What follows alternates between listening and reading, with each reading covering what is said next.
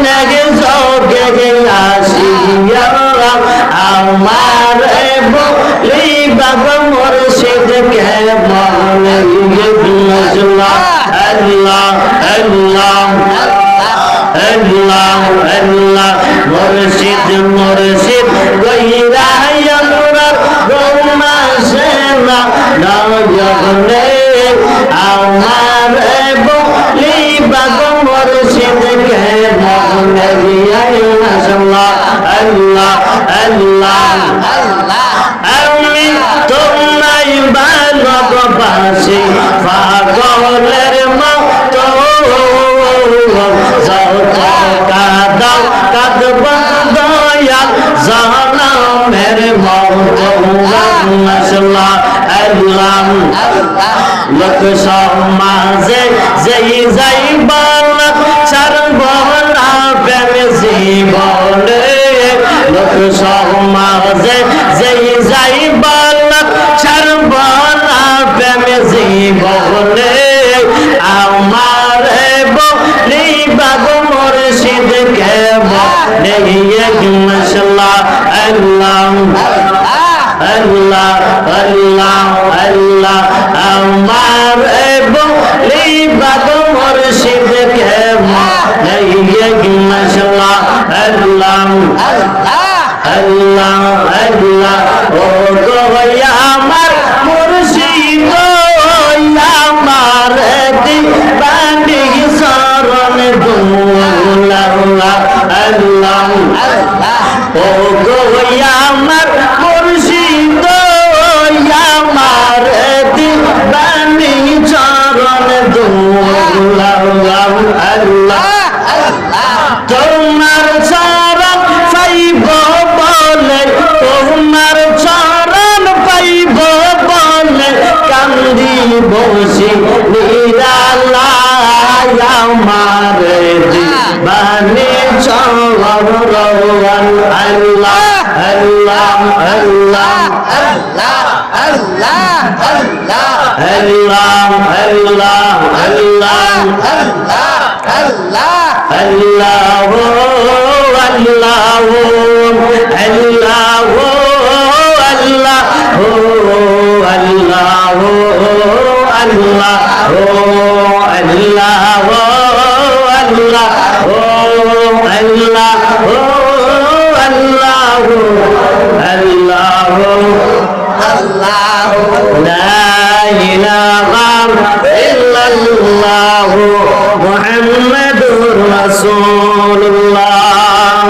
সবাই বলছি সাল্লাল্লাহু আলাইহি ওয়াসাল্লাম। উপস্থিত আজকের এই আমজাদনগর নয়াপাড়া যুব সমাজের উদ্যোগে দ্বিতীয়তম বার্ষিক ওয়াজ ও দোয়ার মাহফিলের সম্মানিত সভাপতি অর্থ মসজিদের সম্মানিত খতিব জনাব শায়ের মোহাম্মদ মিয়া মিয়া সাহেব, আল্লাহ যেন আমার মামাকে হায়াত বাড়া দিয়ে সবার বলছি আল্লাহুম্মা আমিন। বিশেষ করে আজকের মাহফিল যিনি প্রধান মেহমানে আলা আন্তর্জাতিক খ্যাতি সম্পন্ন বক্তা মুফাসসির কোরআন আহলে সুন্নাত ওয়াল জামাতের উজ্জ্বল নক্ষত্র বাতিলের আতঙ্ক উস্তাদুল উলামা হযরত মাওলানা আবুল খাইর মুহসিন সাহেব সকলে বলছি আলহামদুলিল্লাহ। বিশেষ করে আজকের মাহফিল যিনারা এত সুন্দর করে সাজাইয়েছেন আমার ভাইরা, ভাই মোহাম্মদ জসিম সাহেব, ভাই মোহাম্মদ জাহাঙ্গীর সাহেব, ভাই মোহাম্মদ সুফেল সাহেব, ভাই মোহাম্মদ রফিক সাহেব সহ অর্থ মসজিদের সম্মানিত কেসিয়ার সেক্রেটারি সহ মায়াপাড়া জামে মসজিদের সম্মানিত সকল সদস্যদেরকে আমি বিশেষ করে পর্দার ভিতরে মা ও বোনেরা সকলকে আমি সালাম দিচ্ছি।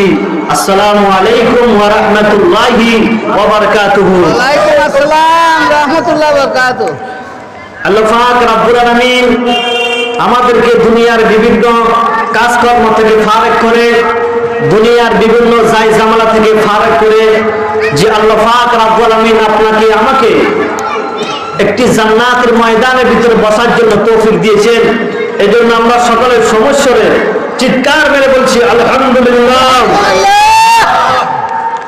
তার সাথে সাথে লক্ষ কোটি দুরূদ সালাম আল্লাহর সৃষ্টির প্রধান আকর্ষণ, বিশ্ব সভার সভাপতি, সমস্ত নবী রাসূলগণের মাথার মুকুট, শামসুল হিদায়াত, বদরুদ দুজা, নূরুল হুদা, সাইয়্যিদুস সাকালাইন, ইমামুল মুরসালিন, রাহমাতাল লিল আলামিন, যিনি হচ্ছে বিজ্ঞানিকদের বিজ্ঞানিক, যিনি হচ্ছে দার্শনিকদের দার্শনিক, যিনি হচ্ছে মাস্টারদের মাস্টার, যিনি হচ্ছে নবীদের নবী, যিনি হচ্ছে রাসূলদের রাসূল, তিনি হচ্ছে আমাদের নবী মুহাম্মদ রাসূলুল্লাহ সাল্লাল্লাহু আলাইহি ওয়াসাল্লাম। এই নবীর প্রতি লক্ষ কোটি দুরূদ সালাম।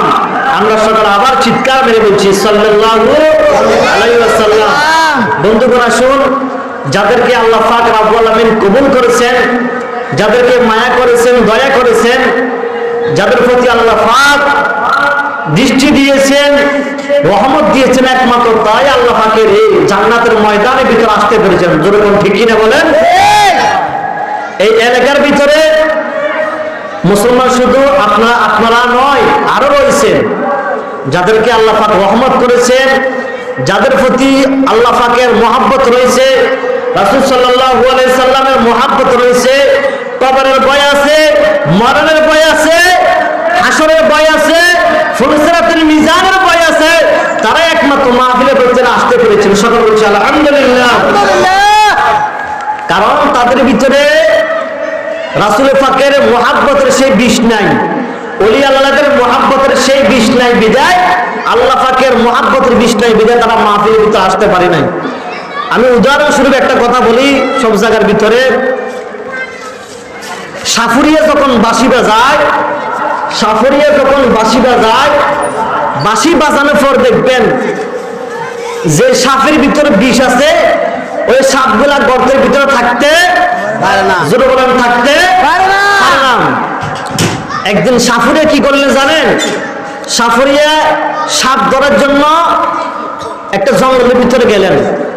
যাওয়ার পর দেখতেছেন বাঁশি বাজাইতেছে, সকাল থেকে সন্ধ্যা পর্যন্ত বাঁশি বাজালেন, কিন্তু কোন একটা সাপও গর্ত থেকে উঠে নাই। ওই সাফরিয়া বলতেছেন, হায়রে, আমি অন্য দিন যখন বাঁশি বাজাই এরকম গর্ত থেকে অনেক সাপগুলো উপরের দিকে উঠিয়ে যায়, আজকে কেন উপরের দিকে উঠে না? এবার সাফরিয়া বলতেছেন, মাটিটুকুন খনন করার জন্য একটু কিছু আনো, কোদাল আনো, খন্তা আনো, এগুলা মাটিটুকু একটু খনন করো। খনন করাইয়া যখন দেখতেছেন, মাটিগুলা উল্টাইয়া দেখতেছেন যে গর্তের নিচে যে সাপগুলো আছে, সে সাপগুলো হচ্ছে ডোরা সাপ। কি সাপ? কি সাপ? ডোরা সাপ। সে সাপগুলো হচ্ছে ডোরা সাপ। এবার সাফরিয়াকে জিজ্ঞাসা করা হইল, আপনি প্রত্যেক দিন যখন বাঁশি বাজান গর্ত থেকে অনেক সাপ উঠে, আজকে এই সাপগুলো কেন উঠে নাই? বলে, ডোরা সাপের ভিতরে বিষ নাই বিদায় আমার বাঁশির আওয়াজে এগুলা উঠে নাই। আমার কথাগুলো বলা উদ্দেশ্য হচ্ছে, যাদের ভিতরে আল্লাহ পাকের রহমতের বিষ আছে, নবীজির মহব্বতের বিষ আছে, ওলি আল্লাহদের মহব্বতের বিষ আছে, মাইকের আওয়াজ শোনা মতো তারা ঘরের ভিতরে থাকতে পারবে না। যাদের প্রতি আল্লাহ পাকের মহব্বত আছে, রাসূল সাল্লাল্লাহু আলাইহি ওয়াসাল্লামের মহব্বত আছে, তারা একমাত্র মাহফিলের ভিতরে আসতে পেরেছেন। আল্লাহ পাক যেন কাল কিয়ামতের কঠিন ময়দানে এই মাহফিলের বিনিময়ে আমাদের সকলকে জান্নাত দিয়ে দেয়। সকল বলছি আল্লাহুম্মা আমিন। তো বন্ধুগণ, আসুন, সময় একেবারে কম, কিছু মূল্যবান কথাগুলো বলতে হবে। আমরা যে দুনিয়ার ভিতরে এসেছি, দুনিয়ার ভিতরে আমরা সারা বছর থাকতে পারবো? জোরে বলেন, থাকতে পারবো? দুনিয়ার ভিতরে সারা বছর কেউ থাকতে পারবো না। এক সময় আমার নাম কেউ জানতো না, এই মুহূর্তে আমার নাম জানে। আবার এমন একদিন আসবে আমার নাম কেউ জানবে না। বন্ধুগণ, দুনিয়া থেকে বিদায় হয়ে যাইতে হবে। দুনিয়ার মহাব্বতে পরে মানুষ কত গুনাহ করতেছে। আজকে যদি মানুষের ভিতরে যদি মরণের ভয় থাকতো, দুনিয়ার মহাব্বত যদি না থাকতো, আজকের মাহফিলে ফ্যান্ডের ভিতরে জায়গা হইতো না। ঠিক কিনা বলেন? দুনিয়ার মহাব্বতের ভিতরে মানুষ ডুবিয়ে রয়েছে, দুনিয়ার সাগরের ভিতরে মানুষ ডুবিয়ে রয়েছে। এই জন্য মানুষ মাহফিলের ভিতরে আসতে পারতেছে না, আল্লাহ পাকের কাজগুলো করতে পারতেছে না। তা আল্লাহ পাক রব্বুল আলামিন বলেছেন, নবীজি বলেছেন, আদ-দুনিয়া জিফা তালিবুহা কিলাব। এই দুনিয়াটা হচ্ছে মরা একটা জীব জানোয়ার, জোরে বলুন নাউজুবিল্লাহ। এই কথা কে বলেছে? নবীজি বলেছেন। কে বলেছেন? নবীজির কথা সত্য না মিথ্যা? নবীজি বলেছেন আদ-দুনিয়া জিফা তালিবুহা কিলাব। এই দুনিয়াটা হচ্ছে একটা মরা জানোয়ার, মরা গরুর মতো, মরা ছাগলের মতো, মরা ভেড়ার মতো। কারণ কি জানেন? একটা পশু যখন মারা যায়, মারা যাওয়ার পর ওই পশুটুকু খাওয়ার জন্য কি মানুষ যায় না কুকুর যায়? কুকুর যায়। যেটা বলেন মানুষ যায় না কুকুর যায়? কুকুর যায়। তো রাসূল সাল্লাল্লাহু আলাইহি ওয়াসাল্লাম বলেছেন দুনিয়াটা হচ্ছে একটা মরা জানোয়ার। এই মরা জানোয়ারের ভিতরে পিছনে যারা দূরেতে হচ্ছে তারা হচ্ছে কুকুরের সমতুল্য, শগুনের সমতুল্য। জোরে বলুন নাউজুবিল্লাহ। এই কথা কি আপনারা কষ্ট পাইছেন? এগুলা কি আমার কথা না রাসূলের কথা? রাসূলের কথা। আবার দেখবেন আগামীকালকে সমালোচনা করেন না হুজুর আমাদেরকে কুকুরের সাথে তুলনা দিয়েছে, শগুনের সাথে তুলনা দিয়েছে। তো শুধু তাই নয়, দুনিয়াটা এমন একটা দুনিয়া, আল্লাহ পাক রব্বুল আলামিন দুনিয়াকে এমন একটা দুনিয়া বানাইছেন, দুনিয়াটা হচ্ছে একটা গোডাউন। কি ডাউন? গোডাউন। যেটা বলেন কি ডাউন? দুনিয়াটা হচ্ছে একটা গোডাউন, আখিরাতের গোডাউন। দেখবেন দুনিয়ার সরকারি গোডাউনের ভিতরে আপনি চাউল রাখেন, গম রাখেন, আটা রাখেন, এগুলা কি দিন দিন কমে না বাড়ে? যেটা বলেন দিন দিন কমে না বাড়ে? কমিয়া যায়। দুনিয়া এমন একটা গোডাউন, দেখবেন এই দুনিয়ার গোডাউনের ভিতরে আপনি যখন জমিনের ভিতরে এক কাটা ধান ফালান, কি এক কাটা ফান না আরো বেশি ফান? বেশি ভাই। আপনি যখন একটা আম গাছ যখন রোপণ করেন, এই আম গাছের ভিতরে আপনি আমের বড়া কি একটা লাগাইছেন না শুধুটা লাগাইছেন? একটা। আমের বড়া একটা লাগাইছেন, এই বড়াটা উঠার পর গাছ হওয়ার পর আপনাকে শত শত আমার আল্লাহ আম খাওয়াইতেছে। সুবহানাল্লাহ। তো এই দুনিয়া হচ্ছে আল্লাহ পাক একটা গোডাউন দিয়েছে মুমিন বান্দাদের জন্য। মুমিন বান্দারা তোমরা খানা খাও আর আল্লাহ পাকের ইবাদত করো। জোরে বলুন সুবহানাল্লাহ। তো বন্ধুগণ আসুন, দুনিয়ার মেসাল দিতে গিয়ে অনেকগুলো কথা আসে। নবীজি বলেছেন দুনিয়াটা হচ্ছে একটা খেলার মাঠ। কি মাঠ? খেলার মাঠ। দুনিয়াটা হচ্ছে একটা খেলার মাঠ। কিরকম দেখবেন দুনিয়ার জমিনের ভিতরে যখন ক্রিকেট খেলা হয়, ফুটবল খেলা হয়, 80 মিনিট 90 মিনিট খেলা হয়, ঠিক কিনা বলেন? 80 মিনিট 90 মিনিট যখন খেলা হয়, দুই দল খেলার মাঠের ভিতরে নামার পর 80 মিনিট 90 মিনিট তাদের মাথার ভিতরে থাকে আমরা কোন সময় তাদেরকে হারাতে পারবো, আমরা দল কোন সময় জিততে পারবো, ঠিক কিনা বলেন? আমার কথাগুলো বুঝেননি তো? যখন খেলা শেষ হয়ে যায়, 90 মিনিট 80 মিনিট যখন চলিয়ে যায়, রেফারি যখন বাঁশি বাজায়, বাঁশি বাজানোর পর আর খেলার কোনো সুযোগ থাকে না? যদি বলেন খেলার কোনো সুযোগ থাকে? খেলার কোনো সুযোগ থাকে না। যে দল জিতিয়ে গেছে এই দল আর ফেল হওয়ার কোনো সুযোগ নাই, আর যে দল ফেল হয়ে গেছে ওই দল আবার পুনরায় জিতার কোনো সুযোগ নাই। এই জন্য আল্লাহ বলেছেন দুনিয়াটা হচ্ছে খেলার মাঠ। এই দুনিয়ার খেলার মাঠের ভিতরে পড়িয়া মানুষ রূপ লালসের ভিতরে পড়িয়া খেলতেছে। আজরাইল নামক যেখানে রেফারে আজরাইল যেদিন বাঁশি বাজাবে সেদিন আমাদের খেলার মাঠ শেষ হয়ে যাবে। যেদিন আমরা যারা আমল করে আখিরাতের ময়দানে যাইতে পারতেছি, আমরা জিতিয়ে গেছি। যারা জিতিয়ে গেছি আর তারা কোনো ফেল হওয়ার কোনো সুযোগ নাই। আল্লাহ পাক রব্বুল আলামিন যেন আমাদেরকে দুনিয়ার পিছনে না পড়িয়া আখিরাতের পিছনে পড়তে পারে। সকলে বলছি আল্লাহুম্মা আমিন। বলেন আল্লাহুম্মা সাল্লি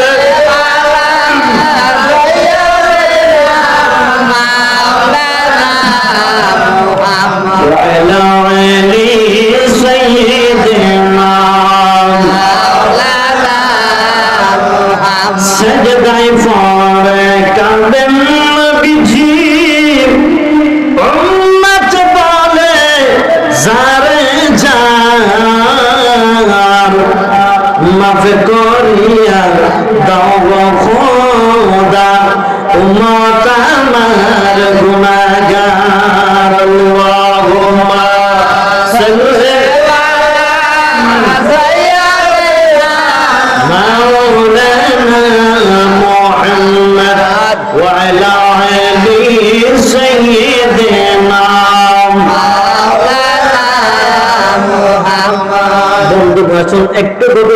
যুবক অন্তরের কান লাগান। বন্ধু, আমি একটু আগে বলেছি দুনিয়ার পিছনে যারা নাকি দৌড়ায় তারা সকলের মতো তারা নাকি কুকুরের মতো স্বভাব হয়ে যায়। বন্ধুরে আমার, এই কথাগুলো বলতে গেলে কিছু কিছু কথা এসে যায়। কুকুর এমন একটা প্রাণী, কুকুর এমন একটা প্রাণী, মুফাসসিরে কেরাম বলতেছেন কুকুরের ভিতরে 60টা ভালো ভালো গুণ আছে। এই কুকুরের গুণগুলা যদি মানুষের ভিতরে থাকতো, মানুষ আল্লাহর ওলি হইয়া কবরের ভিতরে যাইতো। যেরকম সুবহানাল্লাহ। কুকুরের ভিতরে কয়টা ভালো ভালো গুণ আছে? 60টা ভালো গুণ আছে। এর মধ্যে ফাঁসাফাঁসি একটা আছে খারাপ গুণ, মোট আছে কুকুরের ভিতরে 5টা গুণ আছে। একটা হচ্ছে খারাপ গুণ আর 4টা হচ্ছে ভালো গুণ। যেরকম মারহাবা। মুফাসসিরে কেরাম বলেছেন ওই কুকুরের স্বভাবগুলো যদি মানুষ যদি তাদের অন্তরের ভিতরে লাগাইতে পারতো, কুকুরের স্বভাবগুলা যদি মানুষের ভিতরে ফিট করতে পারতো, মানুষ আল্লাহর ওলি হইয়া কবরের ভিতরে যাইতো। যেরকম সুবহানাল্লাহ। নাম্বার 1, কুকুর যেই বাড়িতে থাকে, যেই মালিকের খাদ্য খায়, ওই মালিকের সাথে কোনোদিন কুকুর বেঈমানি করে না। যেরকম সুবহানাল্লাহ। ঠিক কিনা বলেন? আপনার কুকুর আপনারা বাড়ির ভিতরে ভাত খায়, আপনারা বাড়ির ভিতরে খানা খায়, আপনার সাথে কোনোদিন বেঈমানি কুকুর করে না, আপনার সাথে কোনোদিন মুনাফিকি করবে না। বন্ধুরে আমার, কুকুর মালিক ভক্ত, কুকুর হচ্ছে প্রভু ভক্ত। আমার বন্ধুরা, এই কথা বলার উদ্দেশ্য হচ্ছে আমাদের একটা মালিক আছে কিনা বলেন? মালিকের নাম কি? জোরে বলুন আল্লাহ। আরো জোরে বলুন আল্লাহ। আমাদের মালিকের নাম কি? করে আসুন। এই জন্য বলতেছি কুকুর কোনদিন প্রভুর সাথে বেঈমানি করে না। আমরা মানুষ হইয়া কিভাবে আল্লাহর সাথে মালিকের সাথে বেঈমানি করি? বন্ধুরে, এই গেল 1 নম্বর গুণ। কুকুরে কি করে? কুকুরে মালিকের সাথে কোনো সময় বেঈমানি করে না। 2 নম্বর হচ্ছে কুকুরে কোনদিন পেট ভরিয়া খানা খায় না। যেরকম সুবহানাল্লাহ। কি খানা? কুকুরে কোনদিন পেট ভরিয়ে খানা খায় না। যা দিবেন তা খাইয়া শুকরিয়া, আল্লাহর শুকরিয়া আদায় করেন। আমরা মানুষ বিভিন্ন উরুসের ভিতরে যাওয়ার পর, বিভিন্ন মাহফিলের ভিতরে যাওয়ার পর খাইলাম না রে, খাইলাম না রে, দিল না রে, আছে কিনা বলেন? আমাদের কোনো সন্তুষ্ট নাই। মানুষ কেন এরকম হইয়া গেল? মানুষ কেন সন্তুষ্ট হয় নাই? খানার ভিতরে মানুষ এত কোনো লোভ লালসা হয়ে গেছে। কুকুরে কোনো সময় পেট ভরে খানা খায় নাই, যা দিবেন তা খাইয়া আল্লাহ শুকরিয়া আদায় করে। এই গেল 2 নম্বর। কয় নম্বর? আরো জোরে কয় নম্বর? এই গেল 2 নম্বর। 3 নম্বর কুকুরের গুণ হচ্ছে কুকুরে কোনদিন রাত ভরিয়া ঘুমায় না। সুবহানাল্লাহ। কুকুরে কি করে না? রাত ভরিয়া কোনদিন কুকুর ঘুমায় না। বন্ধুরে, এগুলো হচ্ছে 3 নম্বর। 4 নম্বর গুণ হচ্ছে বন্ধু, 4 নম্বর গুণ হচ্ছে কুকুরে যদিও ঘুমায়, সন্ধ্যা রাত্রে ঘুমায়, শেষ রাতে তাহাজ্জুদের সময় কুকুর ঘুমায় না। আপনি যখন ফজরের নামাজ পড়ার জন্য দেখবেন, তাহাজ্জুদের নামাজ পড়ার জন্য আপনি যখন উঠবেন, দেখতেছেন আপনার কুকুরটা ঘুমায় না, উঠানের ভিতরে বসিয়া রয়েছে, ডাকাত আসতেছে, চোর আসতেছে, এগুলা পাহারা দিতে থাকতেছে। ঠিক কিনা বলেন? আমার বন্ধুগণ, শুন, এগুলো হচ্ছে কুকুরের গুণ। এই 4টা গুণ যদি মানুষের ভিতরে থাকতো, মানুষ আল্লাহর ওলি হইয়া কবরের ভিতরে যাইতো। সুবহানাল্লাহ। আমি বলেছিলাম কুকুরের 5টা গুণ। ঠিক কিনা বলেন? 4টা ভালো বলেছি, একটা খারাপ বলেছি। কুকুরে একটা খারাপ গুণ থাকার কারণে 4টা ভুলিয়ে গেছে। কুকুরের খারাপ গুণটা কোনটা? কুকুরের খারাপ গুণ হচ্ছে কুকুরের ভিতরে হিংসা বেশি। ঠিক কিনা বলেন? আপনি দেখবেন এই মায়াপাড়ায় দিকে যদি একটা গরু মারা যায়, একটা গরু যদি মারা যায়, গরুটা যখন মারা যাওয়ার পর আপনি যদি জমিনের ভিতরে ফালাইয়া দেন, কুকুরে চিন্তা করবে আমি একা একা গরু খাইবে, সেট বাজারের ওই দিকের কুকুর যেন এইদিকে না আসে, ঠিক কিনা বলে? গেউ গেউ করিয়া তারাই দিবে, এদিকে আসবি না, এদিকে আসবি না, আমি নয়া পাড়ার কুকুর, আমি ফুরে গরুটা আমি খাবো, তোদেরকে আমি দিব না, ঠিক কিনা বলেন? একটু দূরে হিসেবে বলেন সালাতুনি আলা রাসূলিল্লাহ সালামুন ইয়া হাবিবাল্লাহ সালাতুনি ইয়া রাসূলুল্লাহ আলাইকুম সালামুন ইয়া হাবিবাল্লাহ আসল ঈমান রূহে কুরআন মগজ দিন হাসতে হুবে রহমাতান লিল আলামিন সালাতুন ইয়া রাসূলুল্লাহ আলাইকুম সালামুন ইয়া হাবিবাল্লাহ। আসুন বন্ধুগণ, আসুন আমি এবার মেন আলোচনার দিকে ঢুকি, যেহেতু টাইম একেবারে কম। আমি যে আল্লাহ পাকের কোরআন শরীফ থেকে আয়াত নিয়েছি, এই জন্য আমরা আমার সাথে সকলে আমার সাথে বলুন বিসমিল্লাহির রহমানির রহিম। ইয়া আইয়ুহাল্লাযীনা আমানু কু আনফুসাকুম ওয়া আহলিকুম নারা। জোরে বলুন আল্লাহু আকবার। আরো জোরে বলুন আল্লাহু আকবার। আমার আল্লাহ রাব্বুল আলামিন, আমার আল্লাহ ডাক দিয়ে বলেন, এই পৃথিবীর মানুষ তোমরা শুনিয়ে রাখো, তোমরা নিজ জাহান্নামের আগুন থেকে বাঁচো, তোমাদের আহলে পরিবার যারা আছে তাদেরকে তুমি জাহান্নামের আগুন থেকে বাঁচাও। আজকের মাহফিল দেওয়ার উদ্দেশ্য হচ্ছে মাহফিল শুনিয়ে যেন আমি জাহান্নামের আগুন থেকে বাঁচতে পারি, আমাদের এলাকাবাসী যেন জাহান্নামের আগুন থেকে বাঁচতে পারি। জোরে বলেন কথা ঠিক কিনা বলে? বন্ধুরা শুনুন, ওই জাহান্নামের কথা মানুষ ভাবে না। জাহান্নাম এমন একটা জাহান্নাম, যে জাহান্নামের আগুন, যে জাহান্নামের আগুন এমন একটা আগুন বন্ধু, জাহান্নামের আগুন যদি কেউ হাতের ভিতরে লাগিয়ে যায়, জাহান্নামের আগুন যদি কারো যদি আঙ্গুলের মাথার ভিতরে যদি লাগিয়ে যায়, ওই জাহান্নামের আগুনের তাপে তাহার পায়খানার রাস্তা দিয়ে খেত পর্যন্ত বাইর হয়ে যায়। জাহান্নামের আগুন এমন একটা আগুন বন্ধু, আমার আল্লাহ রাব্বুল আলামিন জাহান্নামের আগুনকে প্রথমত 1000 বছর তাপ দিলেন। যেরকম কয় হাজার বছর? 1000 বছর। প্রথমত 1000 বছর তাপ দিলেন, এটাকে উত্তপ্ত করলেন। জাহান্নামের আগুনকে যখন উত্তপ্ত করলেন, জাহান্নামের আগুনটা প্রথমত একেবারে সাদা হয়ে গেছে। যেরকম কিরকম হয়ে গেছে? সাদা হয়ে গেছে। এরপরে আরো 1000 বছর এটাকে আরো জ্বালাইলেন, আরো তাপ দিলেন, আরো উপরের দিকে উঠাইলেন, আরো 1000 বছর যখন তাপ দিলেন, তাপ দেওয়ার পরে জাহান্নামের আগুনটা একেবারে লাল হয়ে গেছে।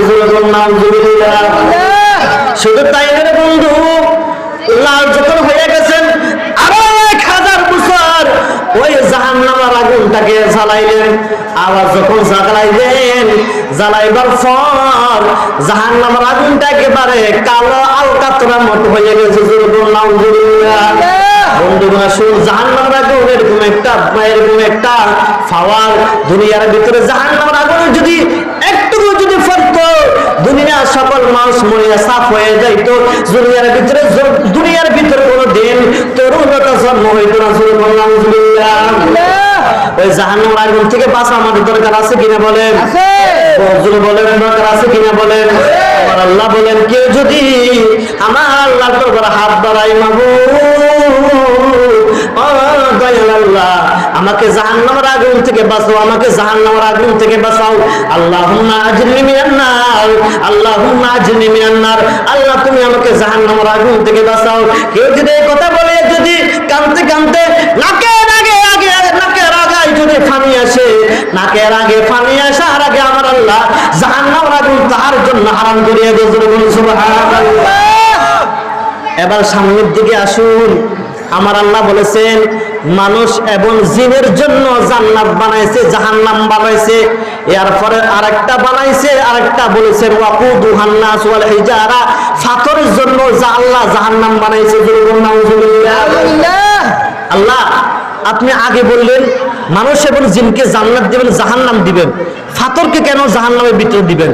বলেন তো দেখি, ফাতরের ভিতরে যখন আগুন লাগে আগুনের তাপ বেশি হয় না কম হয়? বলেন বেশি হয় না কম হয়? ফাতরকে জাহান্নামের ভিতরে ফালার উদ্দেশ্য হচ্ছে আগুনটা কোন যেন আরো বেশি উত্তপ্ত হয়, আরো বেশি উপরের দিকে উঠে করলাম। নাউযুবিল্লাহ। মুসা নবীর নাম জানেননি, শুনছেননি? মুসা নবী হচ্ছে একজন আল্লাহর নবী। আল্লাহ নবী যে মুসা নবী প্রত্যেকদিন আমার আল্লাহর সাথে কথা বলতেন, প্রত্যেকদিন 10টা বাজে আমার আল্লাহর সাথে কথা বলতেন খাজুর গাছের নিচে। এবার মুসা নবী আল্লাহর সাথে কথা বলার জন্য যখন যাইতেছে, একটা ফাতর দেখতেছেন, কাঁদতেছেন, ফাতর কাঁদতেছেন। কি কাঁদতেছেন? ফাতর কাঁদতেছে, মানুষ না ফাতর। আমার মুসা নবী ডাক দিয়ে বলেন, ও ফাতর রে, তুমি কি জন্য কাঁদতেছো? ফাতর ডাক দিয়া বলেন, মুসা নবী, ও মুসা নবী রে, আমি শুনেছি আল্লাহ নাকি ফাতরকে জাহান্নামের আগুনের ভিতরে ফালাইয়া দিব, এই জন্য আমি জাহান্নামের আগুনের ভয়ে আমি কাঁদতেছি ফাতর। এবার মুসা নবী ডাক দিয়া বললেন, ফাতর রে, তুমি কোনো চিন্তা করিও না, আমি আল্লাহর কাছে বলবো আল্লাহ যেন তোমাকে জাহান্নামের আগুন থেকে বাঁচাইয়া জান্নাত দিয়ে দেবে। সুবহানাল্লাহ। এবার মুসা নবী আল্লাহর কাছে গেলেন, যাওয়ার পর আমার আল্লাহকে ডাক দিয়ে, ও দয়াল আল্লাহ, আমি আসার সময় দেখতেছি একটা পাথর কাঁদতেছে। আমার আল্লাহ ডাক দিয়ে বলে, মুসা রে, আরে মুসা, ওই পাথর কি জন্য কাঁদতে আছে? বলে পাথর কাঁদতেছে জাহান্নামের আগুনের ভয়ে। সুবহানাল্লাহ। ওই পাথর কাঁদতে আছে জাহান্নামের আগুনের ভয়ে। আমার আল্লাহ ডাক দিয়ে বলেন, মুসা রে, ও রে মুসা, ওই পাথরকে তুমি জানাইয়া দিও রে মুসা, ওই পাথরকে কান্দার কারণে আমি আল্লাহ তাকে জাহান্নামের আগুন থেকে বাঁচাইয়া তাকে আমি জান্নাত দিয়ে দেব। সুবহানাল্লাহ। মুসা নবী আসলেন, আসার পর পাথরের সাথে দেখা হইলেন। কার সাথে দেখা হইলেন? কার সাথে? পাথরের সাথে যখন দেখা হইলেন, দেখা হওয়ার পর এবার আমরা মুসা নবী ডাক দিয়ে বলেন, পাথর, ও পাথর রে, তুমি কান্দিও না, কান্দার কোনো প্রয়োজন নাই, আমার আল্লাহ তোমাকে জাহান্নামের আগুন থেকে বাঁচাইয়া জান্নাত দিয়ে দিয়েছে, তুমি কান্দিও না। পাথর এবার একটু কান্দা বন্ধ করলেন, জোরে মারহাবা, আর জোরে মারহাবা। পাথর একটু কান্দা বন্ধ করলেন। কান্দা বন্ধ করার পর মুসা নবী যখন একটু সামনের দিকে গেলেন, যাওয়ার পর পাথর আবার কাঁদতে আছে। মুসা নবী আবার আসলেন, ও পাথর রে, আল্লাহ তো তোমাকে বলেছে জাহান্নামের আগুন থেকে রক্ষা করে দিয়েছে, জাহান্নামের আগুন থেকে তোমাকে রক্ষা করে দেবে, জান্নাত দিয়ে দেবে, তারপরে তুমি কাঁদতেছো। এবার পাথর ডাক দিয়ে, মুসা নবী রে, মুসা নবী, কান্দার ভিতরে এত মজা রে, কান্দার ভিতরে এত মজা, এই জন্য আমি আল্লাহকে পাওয়ার জন্য আরো বেশি কান্দিছি। এই জন্য যে ব্যক্তি বেশি কান্দে, যে ব্যক্তি চোখের ফানি হয়, চোখের ফানি নাকের আগে আসার আগে আমার আল্লাহ রাব্বুল তাকে জান্নাতের আগুন থেকে রক্ষা দিয়া জান্নাতবাসী করে দিবেন। সুবহানাল্লাহ। বন্ধুগণ, শুন, যে মুসা নবী একেবারে গরম নবী ছিলেন না ঠান্ডা নবী ছিলেন? যদি বলেন ঠান্ডা নবী না গরম নবী? মুসা নবী যখন ফাগড়ি বাঁধতেন, ফাগড়ি বাঁধার পর মাথা যখন গরম হয়ে যেত, ফাগড়ির উপর দিয়ে ধোঁয়া উঠতে থাকতো। সুবহানাল্লাহ। মুসা নবী যখন গরম হইতো, লাঠি লুটে সব ফালাই দিতেন, আল্লাহ তোমার কাজ আমি আর করবো না, তোমার চাকরি তোমাকে ফিরাই দিলাম, আমি তোমার চাকরি আর করবো না। সুবহানাল্লাহ। এটা হচ্ছে প্রেমের খেলা। কি খেলা? এটা হচ্ছে মাবুদের সাথে প্রেমের খেলা। মুসা নবী আবার বলছে, মাবুদ, আমার মাথা গরম হয়ে গিয়েছিল, আমি ভুল করে ফেলেছি, আল্লাহ তুমি আমাকে মাফ করে দাও। যে মুসা নবী, আল্লাহ রাব্বুল আলামিন যে মুসা নবীকে কত মায়া করতেন, কত দয়া করতেন। মুসা নবী প্রত্যেকদিন আল্লাহর সাথে কথা বলতেন। তো মুসা নবী যখন আরেক দিন যখন আল্লাহর সাথে কথা বলার জন্য যাইতেছে, দেখতেছে একটা পাগল এভাবে রোদের ভিতরে বসিয়ে বলতেছে, ভাইরে, আল্লাহরে যদি আমি যদি পাইতাম, আল্লাহরে আমি গোসল করাই দিতাম। কি করাই দিত? গোসল করাই। বলতেছে কে? পাগলে না ভালো মানুষে? পাগলে। আইরে আল্লাহকে আমি যদি পাইতাম, আল্লাহকে গোসল করাই দিতাম, আল্লাহকে সাবান লাগে গোসল করা দিতাম, আল্লাহকে আল্লাহর মাথার ভিতরে তেল লাগাই দিতাম, আল্লাহকে যদি পাইতাম আমি আল্লাহকে কোন লইয়া হাঁটতাম। জোর করুন না সুবহানাল্লাহ। মুসা নবীতে করার নবী, এই পাগলের বাচ্চা পাগল, আল্লাহকে তোর কাছে আসবে? আল্লাহ কি হাত পাও আছে আল্লাহকে কোন লইয়া হাঁটতি? আল্লাহকে তুই কোন সময় দেখেছিস আল্লাহকে তুই গোসল করাইতি? এবার পাগলা তো গরম হয়, পাগলা তো একটু ভয়ে একটু চলিয়া গেলেন। পাগলা ছিলেন আল্লাহর খাঁটি আল্লাহ ওয়ালা। জোর করুন না মারহাবা। এবার পাগলা যখন যাইতেছে, আল্লাহ জিব্রাইলকে ফারে, জিব্রাইল মুসা নবীকে জানায় দাও, উনি হচ্ছে আমার খাঁটি আমার বন্ধু। জোর করুন না মারহাবা। বন্ধুগণ আসেন, এবার মুসা নবী কি করলেন? পাগলাকে ধমক দিয়া আবার যাইতেছেন আল্লাহর কাছে। আল্লাহর কাছে যখন যাইতেছেন, একটা মহিলা লাগল ফাইলেন।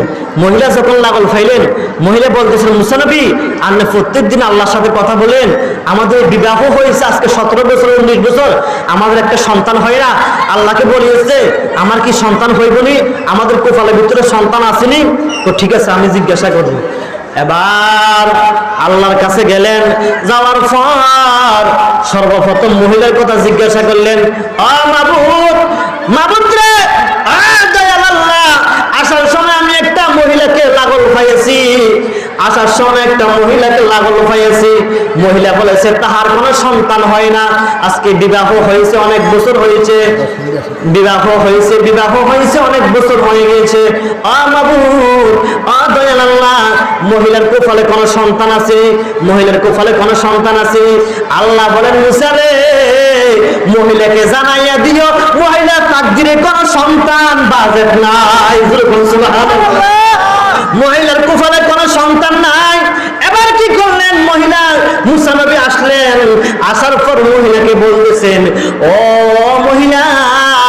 মহিলা রে, শুনিয়া রাখো, আল্লাহ পাক তোমাদের কপালের ভিতরে, তোমাদের ভাগ্যের ভিতরে কোনো সন্তান রাখেন নাই, কোনো ছেলে মেয়ে রাখেন নাই। মুসা নবী এই কথা বলে চলিয়া গেলেন। হুজুর কোন মারহাবা। মুসা নবী যখন চলে গেলেন, ওই পাগল মনে আছে নেই?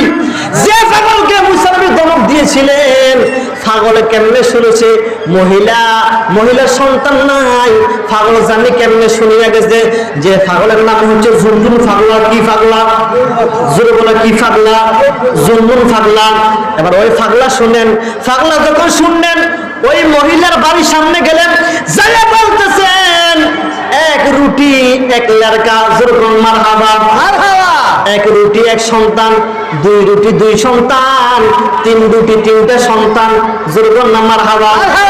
মহিলার কানের ভিতরে আওয়াজ গেলেন, আওয়াজ যখন গেলেন, মহিলা ডাক দিয়া বলেন, হাই রে হাই, আমার সন্তানদের নাই।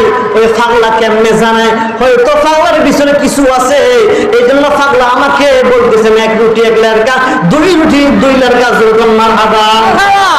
এবার মহিলা ডাক দিলেন, ও পাগল রে, ও পাগল, আমার বাড়ির ভিতরে আসেন, বাড়ির ভিতরে আসেন। এবার মহিলা পাগলের একটা রুটি খাওয়াইলেন। জোরে বলুন মারহাবা। একটা রুটি খাওয়াইলেন। খাওয়াইবার পর এবার খাওয়াইতে খাওয়াইতে দুইটা রুটি খাওয়াইলেন, তিনটা রুটি খাওয়াইলেন। তিনটা রুটি খাওয়াইবার পর পাগলা আল্লাহর কাছে দোয়া করলেন, মাবুদ, আমি শুনেছি মহিলার কপালে কোনো সন্তান নাই, আমাকে তিনটা রুটি খাওয়াইছে, তিনটা রুটির বিনিময়ে মহিলাকে তুমি তিনটা সন্তান দিয়া দিও। জোরে বলুন মারহাবা। এবার মহিলাকে আল্লাহ রাব্বুল আলামিন অনেক লম্বা ঘটনা, 3 বছরে 3টা সন্তান দিলেন। 3 বছর পর মুসা নবীর সাথে আবার মহিলার দেখা। জোরে বলুন মারহাবা। এই মুসা নবী এদিকে আসেন, এদিকে আসেন। 1 2 3 এগুলা হচ্ছে আমার সন্তান। মুসা নবী তোর মাথা এমনি গরম, আরো বেশি গরম হয়ে গেলেন। সেদিন আল্লাহকে আমি জিজ্ঞাসা করলাম, মহিলার কপালে কোনো সন্তান নাই, এখন দেখতেছি 3টা সন্তান কোত্থেকে আসলো। এবার মুসা নবী সঙ্গে সঙ্গে আল্লাহর কাছে চলিয়ে গেলেন। মারহাবা। আল্লাহর কাছে চলিয়ে গেলেন, মাবুদ তুমি মহিলার সামনে আমাকে কেন বেইজ্জতি করলা? মহিলার সামনে আমাকে কেন মিথ্যা বানাইলা? মহিলার সামনে আমাকে কেন শরম দেওয়াইলা? মাবুদ রে, তুমি না বলেছো মহিলার কপালে কোনো সন্তান নাই, এখন দেখতেছি 3 বছরে 3টা সন্তান মহিলার।